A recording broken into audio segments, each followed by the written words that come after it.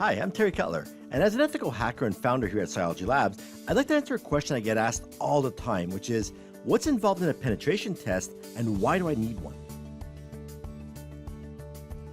People often get confused with a vulnerability assessment or simple port scanning and think it's the same thing, but it's not. So let me explain. Let's imagine for a second that your network is a house. Let's use a simple analogy of this house. And the doors and windows represent ways to get into the house. Same for a computer. That represent ports and services running on this computer that would accept connections in which an attacker can leverage. A vulnerability assessment would be like having a home inspector who specializes in security show up with his clipboard to look at your home. He might say, well, the front door looks old and rusty, and it might be easy to kick it in. Or if it's a cheap lock, you might want to change it out. So in the end, he writes you up this fancy report based on his checklist and hands it to you. That's basically a vulnerability assessment. Now, a penetration test would be like hiring a professional thief to come in and rob you, and then tell you how he did it before the malicious thieves arrive. It's the same for the cybersecurity industry. We're called white hats, and we have specialized training to think and act like the bad guys, including performing real-world attacks. Now, just to clarify, a vulnerability assessment is part of the penetration testing phase where we take the information that our scanners found and use it to whatever means possible in order to break in. So using the house analogy, it could be like smashing the windows or picking the door lock. Our scanners would actually tell us what versions of software that you're running, and we'd be able to consult a database of known exploits that can help the attacker get past those vulnerabilities and actually exploit the system. And there's many reasons why you'd want to conduct a penetration test. Obviously, the first one would be to prevent a data breach, right? I mean, that would be a good start, right? And as you've probably noticed, you turn on the 6 o'clock news and you hear about some data breach, and you pray it's not someone you know, or worse, you find out it's your own company in the media. And I've seen it happen, trust me. I can honestly tell you that my team has been receiving a lot more proactive calls these days from new clients who simply just want to know, can they be hacked? Especially with so many employees working from home these days. Another reason would be just to test the security controls to make sure that they're working. Now, most of the recent engagements I've been getting have been from the board of directors at companies that just want to make sure that their IT department is receiving the proper alerts and staying on top of them. So what often happens is that the CEO will bring us into a closed boardroom, and we're just going to plug into some open jack, which will simulate an insider threat. And then we're just going to start testing. And alarm bells should be going off everywhere in the IT department. But you know what?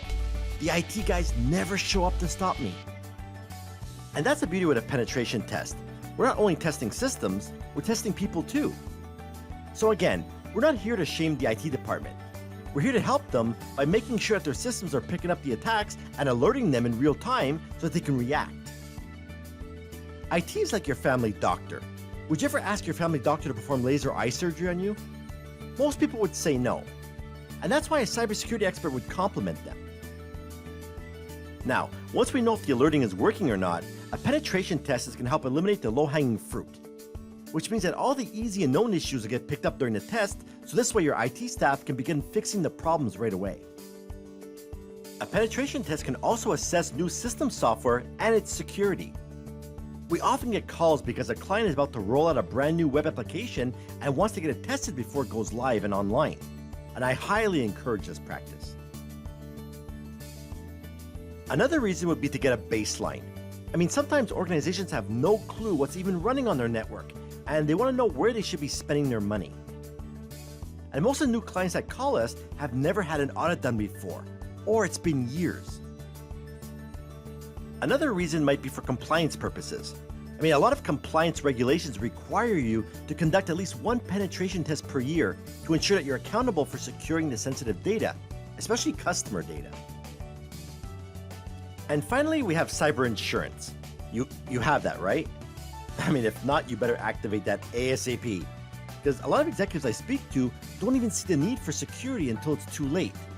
Or they'll often make a comment, well, that's why I have cyber insurance. Or my IT guy has it covered, right? Data breaches are very expensive to recover from.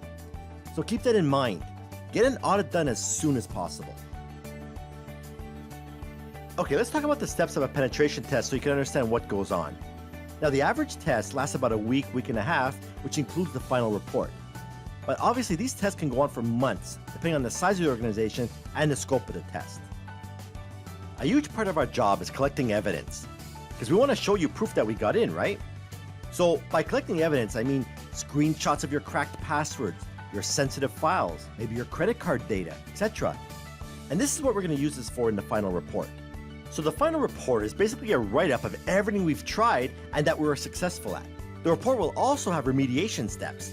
So basically, we're going to tell you how we got in and how to fix it, and you won't even need us after that.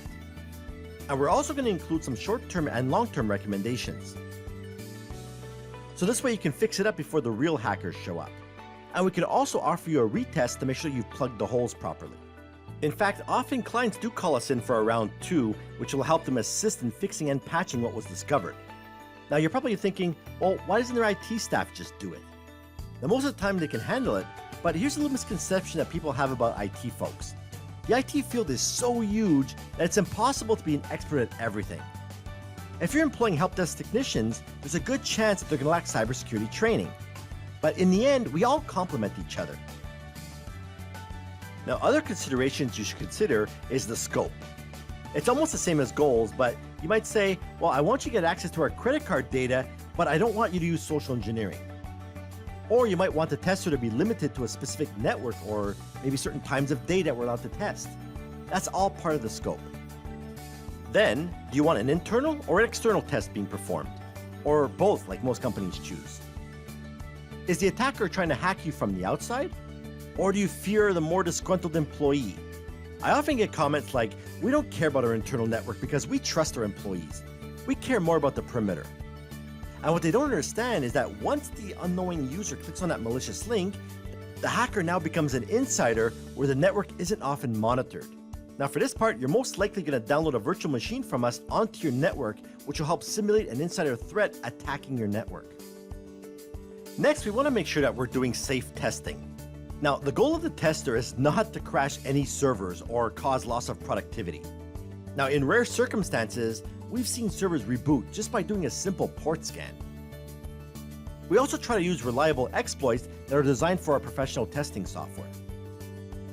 What about in-house versus outsourced penetration testing? This is another question that comes up often. Now, if your organization is only testing once a year, it'll cost much more to keep your IT staff trained and the purchases of the software versus outsourcing it. Also, by having an outsourced firm test your security, it also allows fresh eyes on the environment. What about choosing the right penetration tester or right security firm? Now, I've come head to head with many companies before, and whenever you're undecisive, I always ask them, you want to make sure that the tester is well trained. Make sure you Google the tester's name. Is he contributing to the cybersecurity community? Is he a go-to expert in the media on data breaches?